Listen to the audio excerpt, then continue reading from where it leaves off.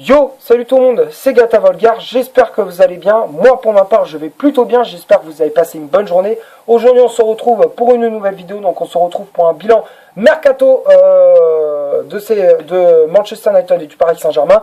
Donc on va parler des départs, des rumeurs, des arrivées, des joueurs qui étaient tout proches de signer mais qui finalement ils ont fait une machine arrière. Tout ça ce sera dans cette vidéo. Donc on va commencer ce bilan mercato avec le Paris Saint-Germain. Donc on va commencer par celui du PSG. Donc ce que j'en pense, alors on va me dire qu'est-ce que tu en penses de ce mercato. Donc pour moi ce mercato parisien il est moyen. Il est moyen, pourquoi? Parce que il nous manque toujours un numéro 6. Alors il y a ce que je comprends pas, c'est que pourquoi Andero Henrique et Thomas Tuchel se sont pas mis d'accord pour un milieu. Il y a eu toujours débat, ils n'ont pas toujours été d'accord ensemble.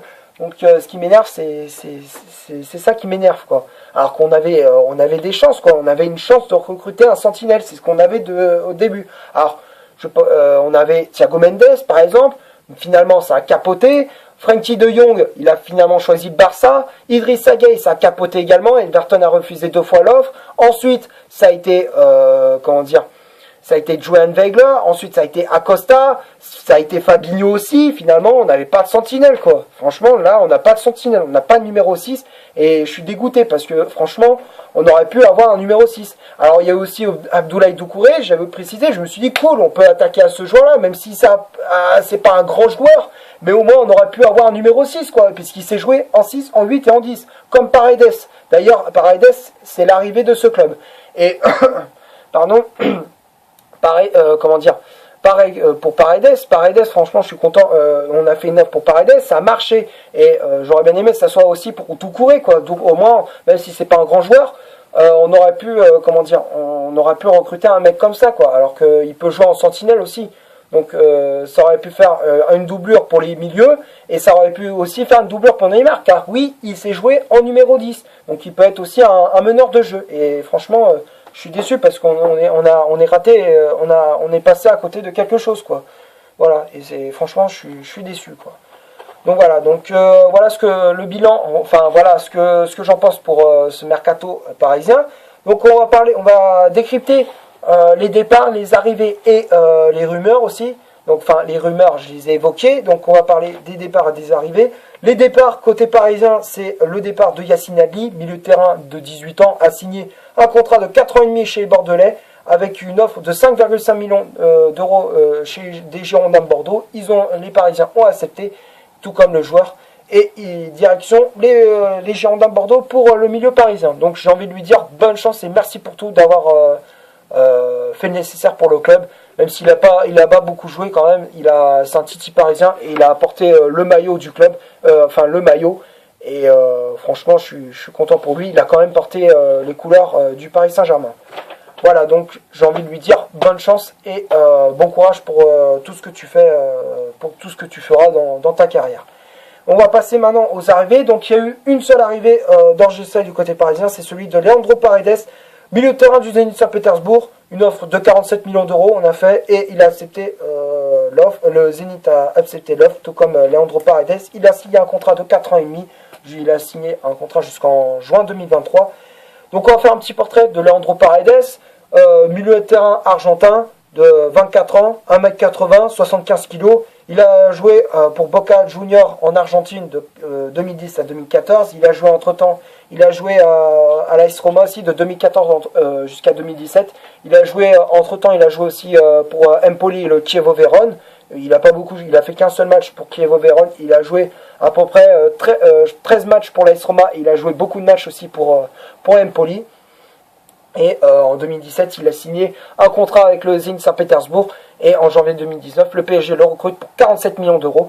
Et on a un milieu de terrain argentin. Enfin, on a un milieu de terrain. Et je suis content parce qu'il est très bon. Il peut jouer en 6, en 8 et en 10.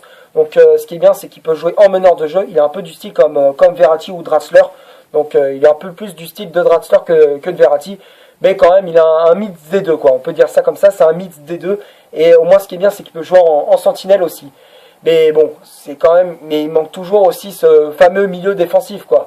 Alors certes, comme je disais, Paredes, il peut jouer en 6, mais quand même, c'est pas vraiment un 6, quoi.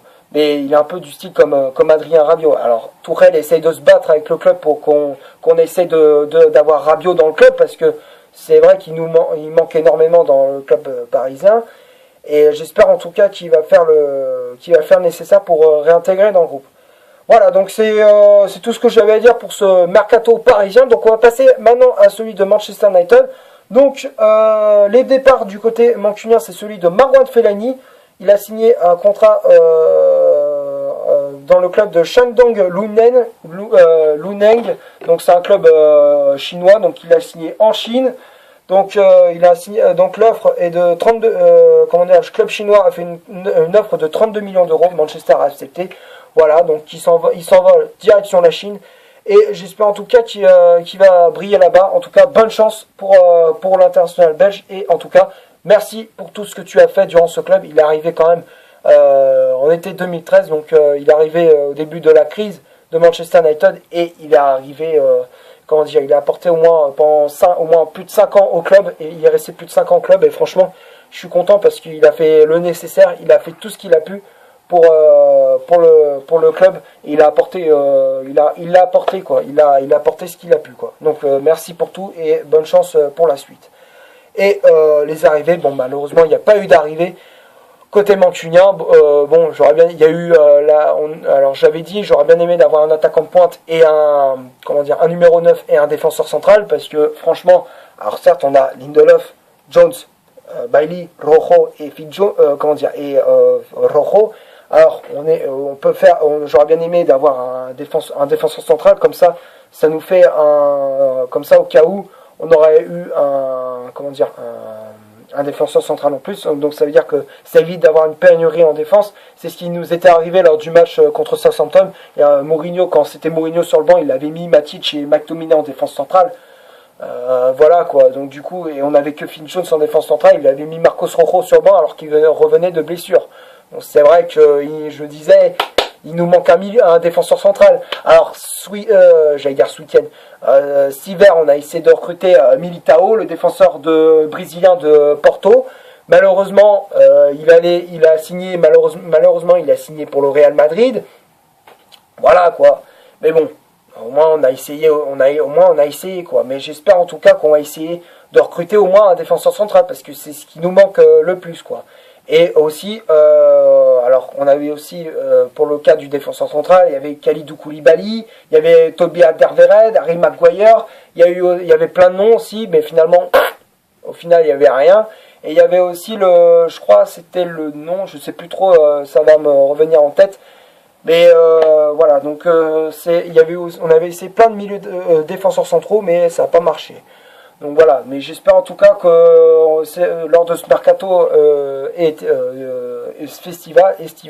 mercato estival, donc mercato de cet été, j'espère en fin de saison on va recruter au moins un défenseur central. Voilà, donc et aussi les rumeurs, bon il y a eu aussi la rumeur Marcus Rashford aller au Real Madrid, une offre de 114 millions d'euros. Manchester a dit non. Bah oui, parce que c'est une pépite, c'est une pépite d'or quoi. Franchement, il faut le garder. Là, Marcus Rashford, il faut le garder. Martial, pareil. Bon, Martial, il a prolongé son contrat avec le club en 5 ans. Donc, il a signé son contrat de 5 ans avec Manchester United. Il a prolongé son contrat de 5 ans. Alors, on a essayé aussi de recruter un milieu de terrain, un attaquant de 16 ans, je crois, il me semble.